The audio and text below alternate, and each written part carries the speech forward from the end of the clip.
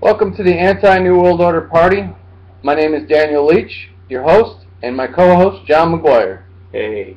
Today we're going to be talking about Aurora, Colorado. The lone gunman, supposedly lone gunman. Well, we've been doing a little bit of looking into the story before we decided to comment on it, and it's starting to look every day more and more like a conspiracy.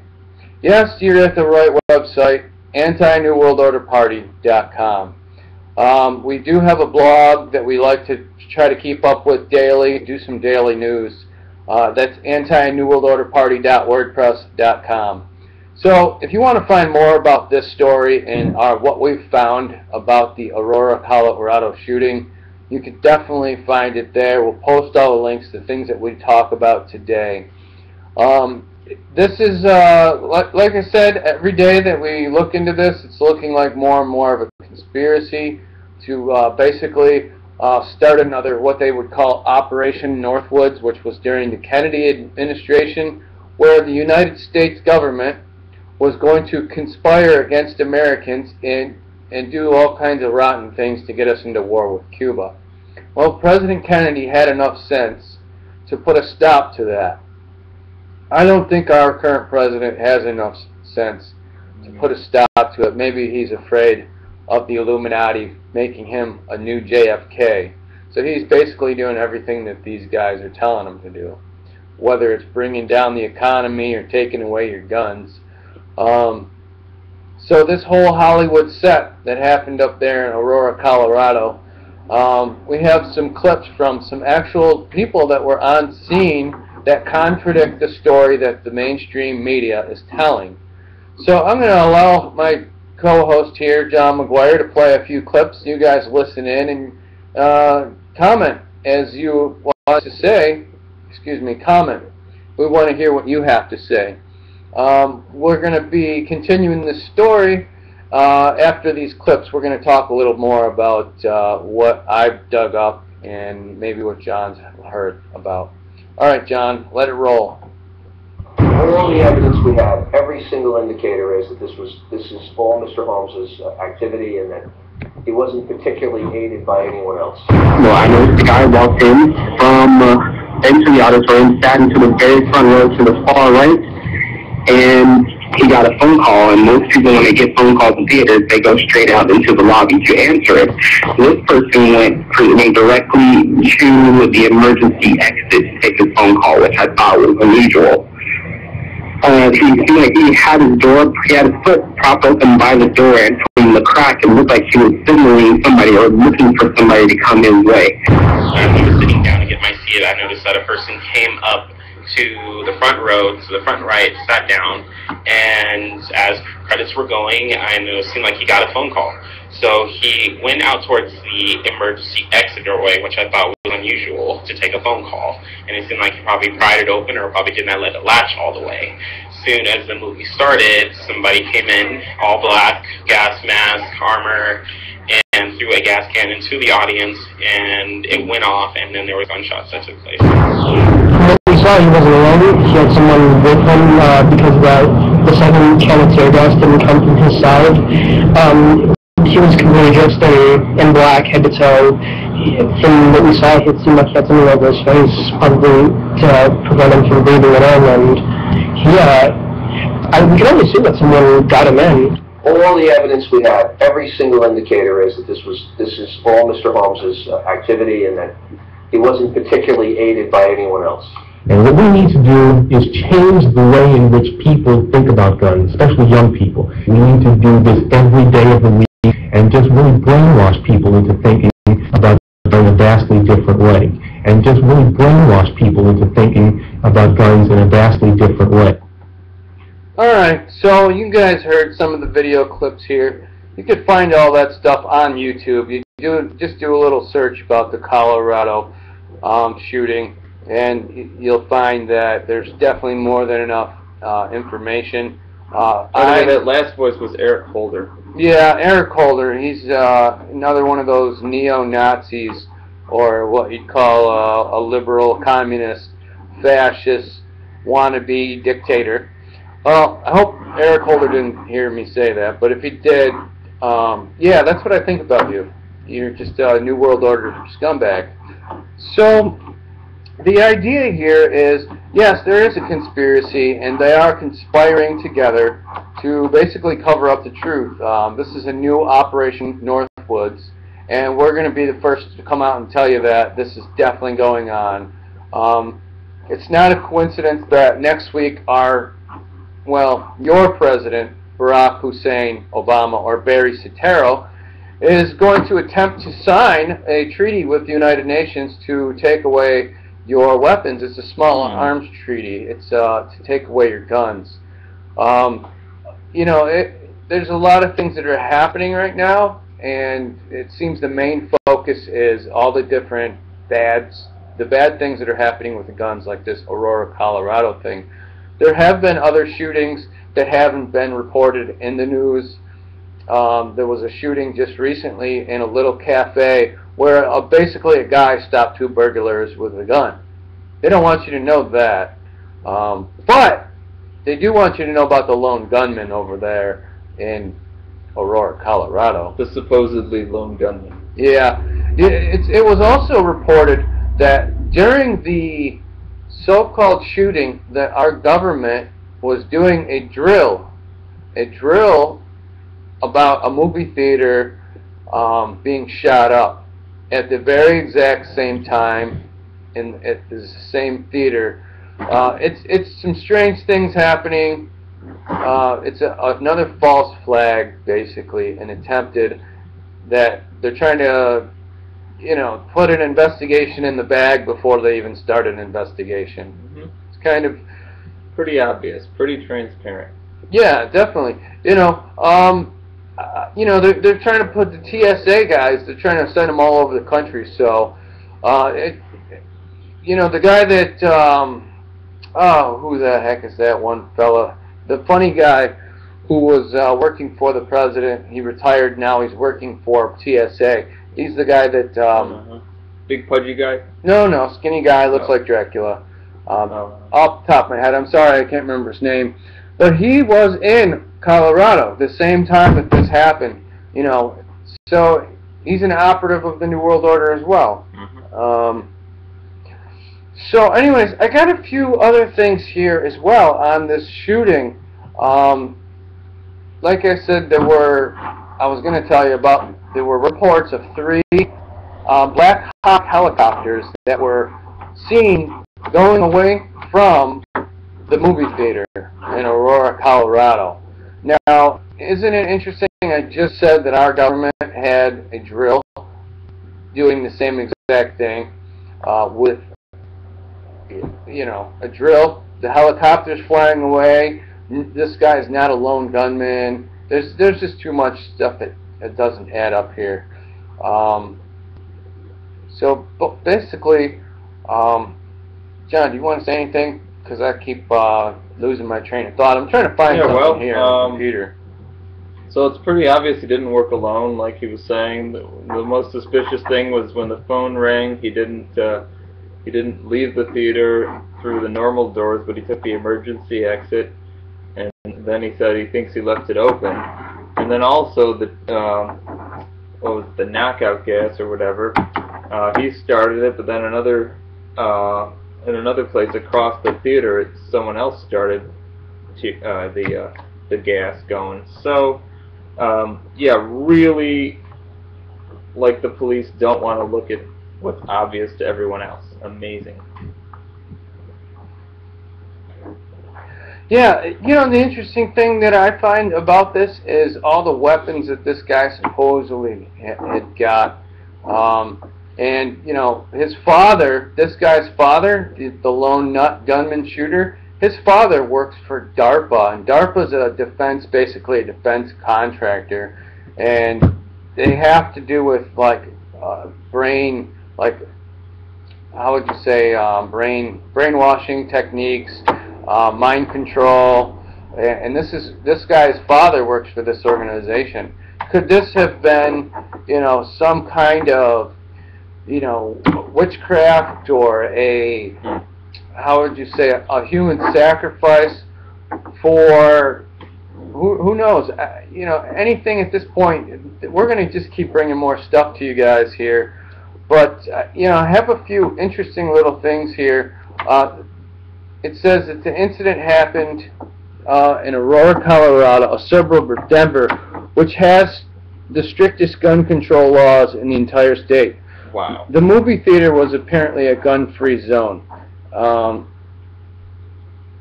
And you know, there's so many other things that we could talk about. And basically what Eric Holder says it best, their whole program is to brainwash. And so those who aren't thinking critically, those who are asleep and in that sort of whatever state where, like when you're watching TV, what is that called? Catatonic state? Yeah, they're basically in a trance. Yeah, they're in a trance, catatonic, whatever.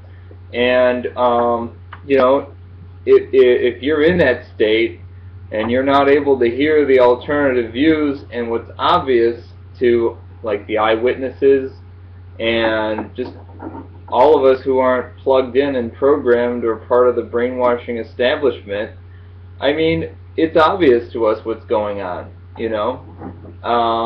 So if we're not brainwashed, then we care about the facts. And that's really what we're about.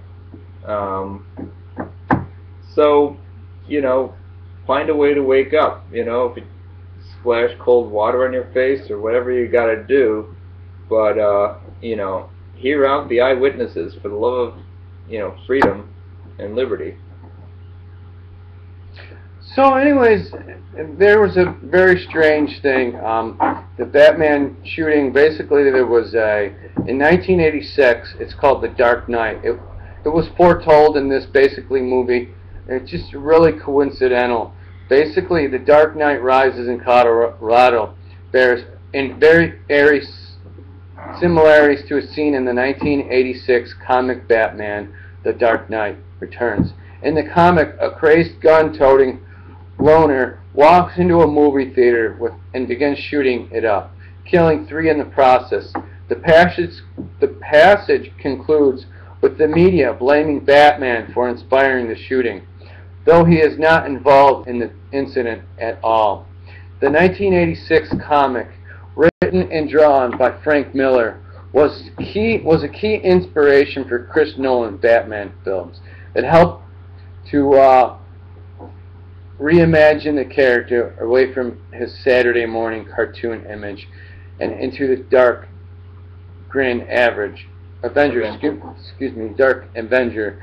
The point of this particular scene in the comic was to show just how far Gotham has fallen since Batman had retired. Now, this, just at the top of my head, this is really similar to what the New York City Mayor Bloomberg was just recently calling for New York City police officers to go on strike, which is actually a crime for any sitting elected representative to call for a strike. So I would definitely like to see this Mayor Bloomberg brought up on charges. If I was a cop, I'd go and arrest him myself, but obviously... There needs to be some justice here. Yeah. So you realize what would happen if the New York City Police Department went on strike? All the criminals would come out of the closet and they would just basically light the city on fire. I mean, crime would go up 1,000%. Shootings, I'm sure there's people in New York City that own guns. You're not supposed to, but guess what? This is America, and most Americans nowadays have a set of balls the size of freaking Donkey Kong. Okay? So, yeah, you're going to have some people that are breaking the law, and thank God that they have guns in their homes to protect themselves. You know, I'm definitely advocating for people in New York City to break that law, because it's a bad law, and it's a law that shouldn't be followed. A bad law is no law. Yeah, I mean, so that's definitely advocating for breaking gun rights. I think the more guns, the merrier. That's how I feel. You know, I'd like to have 500 guns if I could. I'm only one guy, but guess what? If I had 500 guns and the world fell apart, I'd have 500 friends to hang out with. Yeah. And be safe. And a police strike is definitely a bad idea. I mean, we're not saying that we're like really enamored of the police, but you create a vacuum like this, and like you say, the crimes are going to come out. Criminals are just going to come out of the woodwork. Well, you know who else would come out of the woodwork? I believe the Occupy movement. They would definitely be a part of the crime. These people are looking for a revolution, a reason to have a revolution. Right. You know, if it wasn't the criminals with guns, then it would be the criminal Occupy movement, the Communist Party, who would definitely like to take advantage of the situation. And now this is, I believe this is all part of the thesis, antithesis, synthesis. Now, if you don't understand what that is, it means order out of chaos. That's a Hegel, Hegelian dialectic, which this is the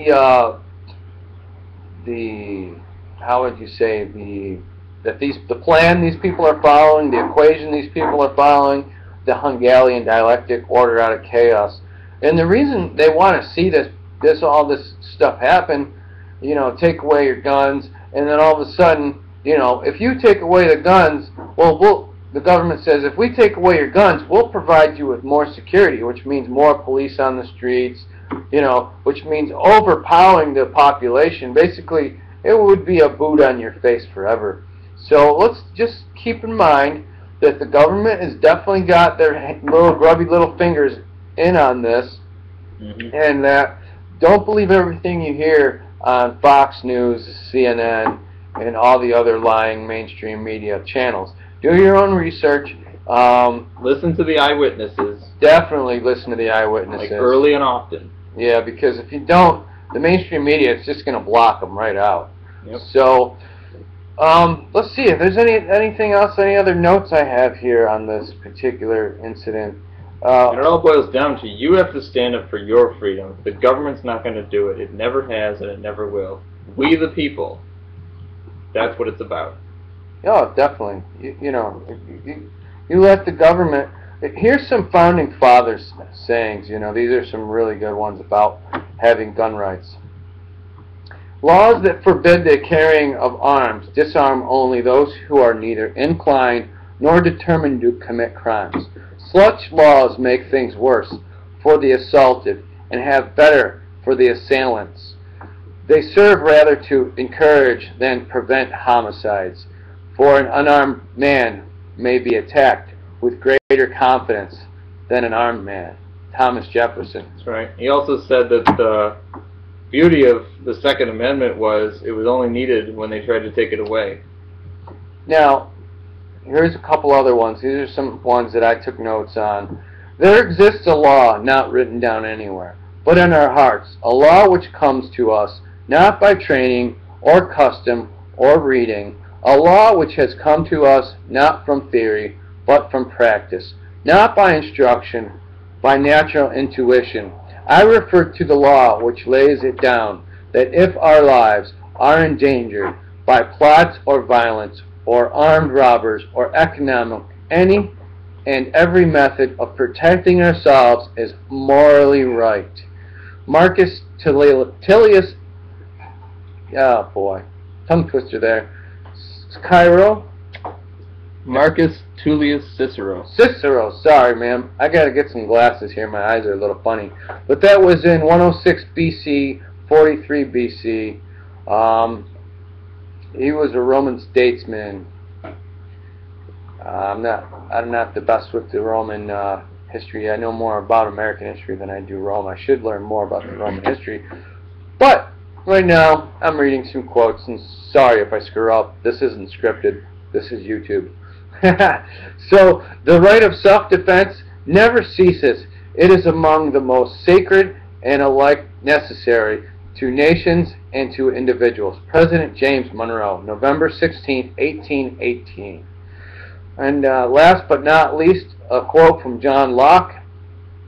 Every single man must judge for himself whether circumstances warrant obedience or resistance to the commands of civil magistrates. We are all qualified, entitled, and morally obligated to evaluate and conduct our rulers. The conduct of our rulers. Excuse me, to evaluate the conduct of our rulers. This political judgment, moreover, is not singly or primarily a right, but like self-preservation, a duty, to God. As such, it is the judgment that mere man cannot part with according to God of nature. It is the first and foremost of our inalienable rights, without which we can preserve no other. John Locke, 1632 to 1704.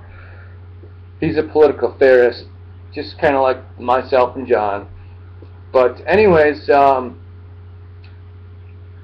got a quote from, actually, I wrote a quote down from one of my friends on Facebook.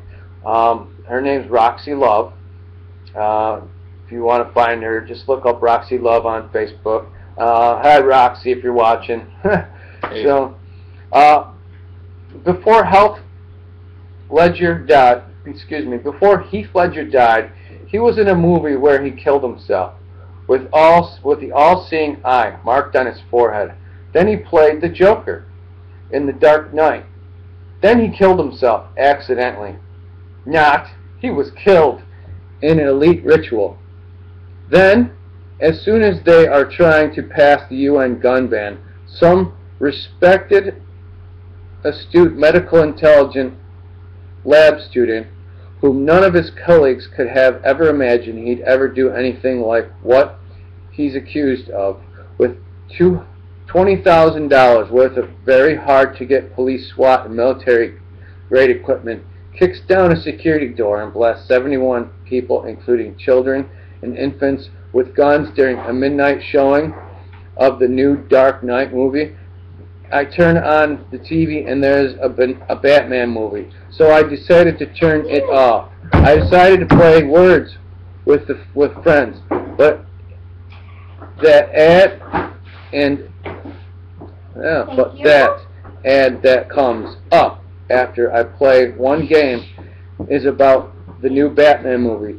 So I said, it. And they're cramming fear right down people's throats. Anyone who thinks the mainstream media are telling the truth, get off my Facebook friends list. I'm trying to make room for smart people. By Roxy Love. Love it. And so I posted it on our blog, anti-newworldorderparty.wordpress.com. If you want to find that information, feel free to check out that. If you have questions, feel free to post them on our YouTube video here. John and I are going to log off. My lady just got home and my little baby girl. So we will be talking to you later. Peace out.